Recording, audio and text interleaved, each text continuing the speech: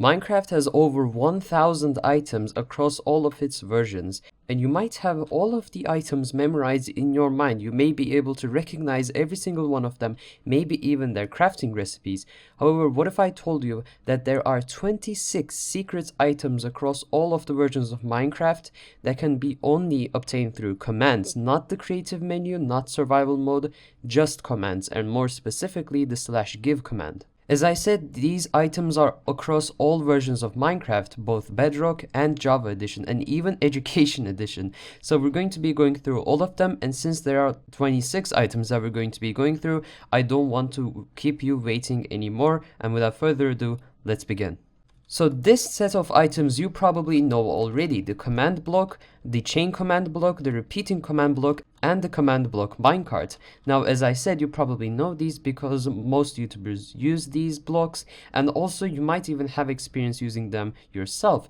They're really common, and as I said, you can only obtain them through commands. The command for these items will be /give at p command block, and you can actually just convert the normal command block into chain or repeating versions through here. So if you say impulse to chain, then its color will change, and again for repeat, its color will change once more. I'm not going to be talking about the command blocks any further since, as I said, most of you guys probably know how they work, so let's just continue to the books.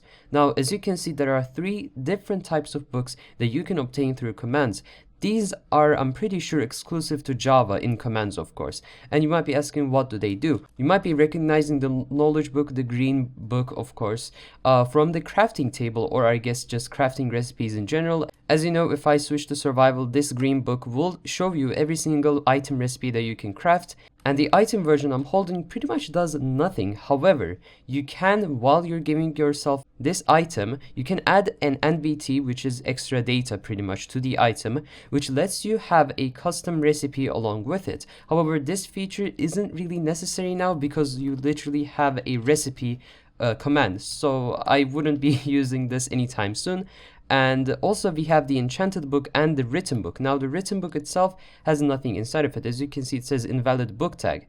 This is because you can also, similar to the knowledge book, you can actually get custom written books just through commands. You don't need to write anything inside of them. So if I click here, as you can see, customize ink used papers, this is just a random name that I typed. And if I right click and open the book, subscribe or else, with different colors as well. So you can do all of these through commands, and I will link in the description a kind of generator that you can use if you're interested in that. And as I said, you can also get enchanted books, but as you can see, there are no enchantments on this enchanted book. So if you try to combine an item with a no enchanted book, it just won't work. However, similar to the other 2 that I just showed you, you can also add more data to this. And as you can see, I just got a fire aspect 2, efficiency 2, fortune enchantment level 909 enchanted book, which of course you can't normally get. So stuff like this, I know it might be a little complicated more for most players, but as I said, I will be linking the generators down in the description if you do want to give them a try. Up next, we actually have 5 items that you might not recognize at first. Of course, you're probably going to recognize the suspicious stew, and you might be recognizing the shapes of these items, but not the color. This is because these are uncraftable potions, tipped arrows, and a no effect suspicious stew. As you can see, if I eat the suspicious stew, I get no effects. So these are pretty much identical to this, the enchanted book with no enchantments. These have no effects. However, you can also, similar to the enchanted book, add extra data to them. For example, there are command blocks set up back here. By the way, if you guys don't understand what's happening here, I just gave myself a aqua colored tipped arrow, which has speed for 1 minute, instant damage, fire resistance for 1 minute, and poison for 1 minute. So you can get all of these through generators, or I guess specifically through commands. And I'll just scroll through these. As you can see, great pot resistance 5, custom potion, haste, jump boost, fire resistance, and also speed, instant damage. So as you can see, none of these are creatable in survival or creative mode at this point, only through commands. However, you can actually get really creative with these. You can use them in your maps and even servers, multiplayer servers. If you do want to have fun with these, I would definitely recommend doing that. You could create custom, not just potions, but armor as well. So up next we have spawners. Most of you probably know what a spawner is by now. You can find them in dungeons, however you can't actually break them and obtain them inside of survival or in creative mode. Of course this isn't the case for Bedrock Edition players. I know you can get it through creative mode, however in Java you can't. If I search up spawner in creative mode, as you can see, I get nothing. But if you guys didn't know this next thing already, you can actually get spawners inside of minecarts if you summon them though. That's the only thing you need to do. They aren't items that you can obtain, but however you can spawn them just through commands. Up next we actually have a thing called the Jigsaw Block. This is a really complicated but really interesting item or block nonetheless. Again, this is only obtainable through commands. If I right click on this, as you can see, a really complicated menu comes up. So if I were to summarize the Jigsaw Block, pretty much it turns into different blocks. So for example, if you were to have let's say a shape like this set up, you can actually code the Jigsaw blocks to switch into oak logs. For example, these two switch into oak logs, and the ones up here will switch into oak leaves. You can actually do that, which is pretty awesome. But again, I'm not a master at this, so if you do want to do some research on it, you're free to do that. Up next, we have a block similar to the Jigsaw block actually. We have the structure block and also structure void. You may have recognized the structure block, however not the structure void, but these two items are actually connected to each other. So as you can see, if you look carefully enough, I'm going to try to zoom in, there is an outline there, sort of like a hitbox. However, that's not actually a solid block. This is just a hitbox with no collider in it, so we don't actually collide into anything, we can just go straight through it.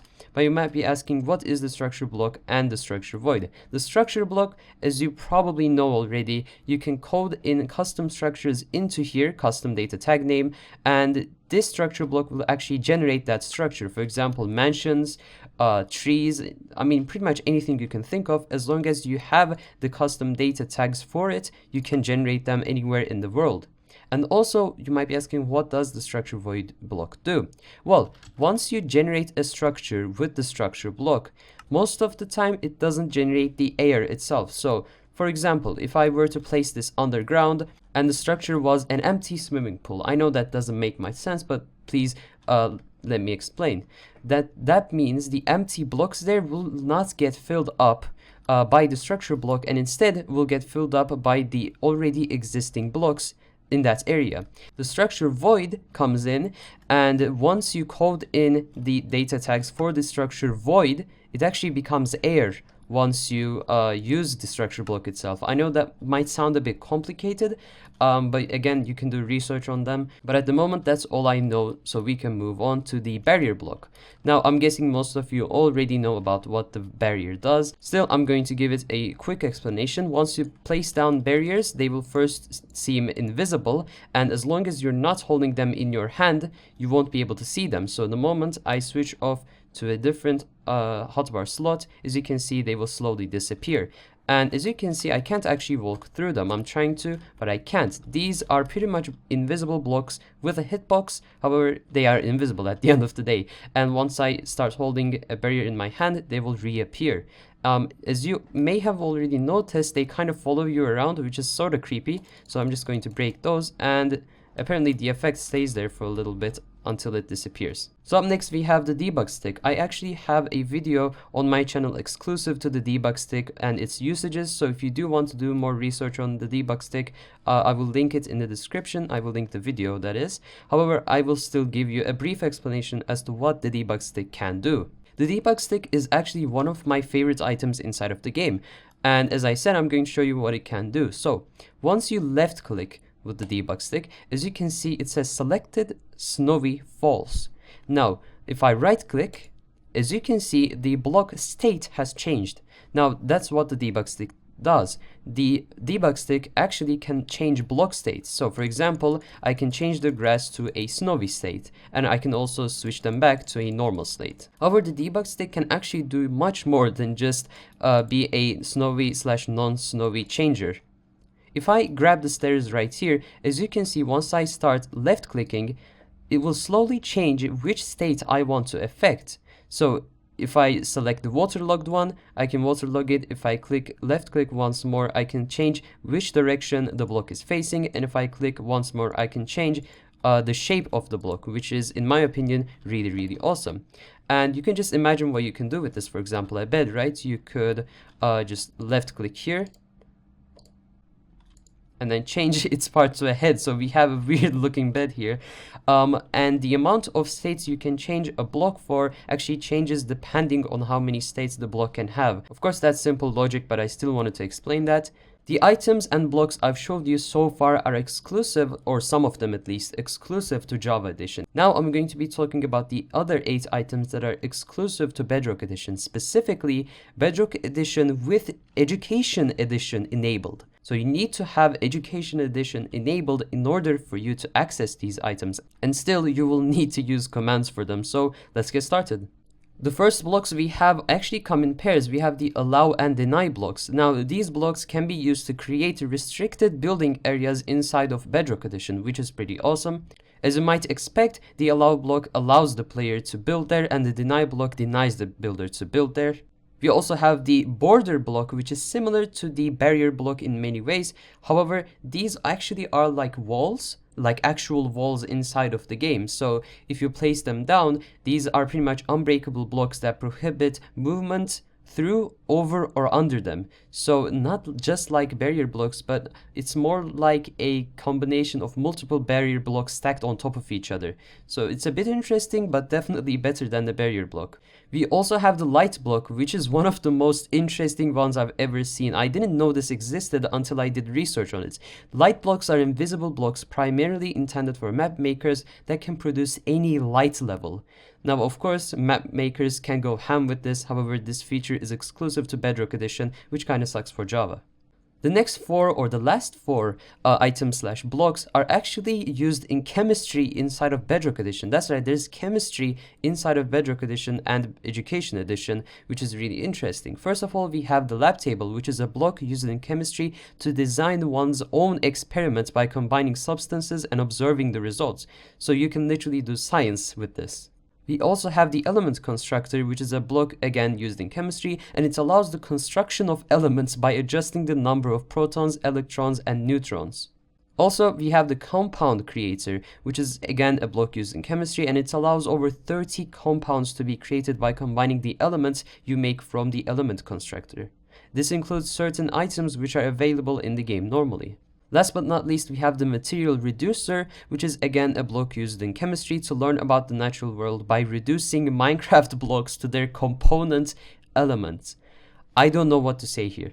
Unfortunately, that is the end of the list. Those are all of the items only obtainable through commands, aka secret items. Let me know what you guys think about the video in the comment section. Let me know which of these you knew already before watching this video, that is, and also which of these you find interesting. I personally found the chemistry ones really interesting.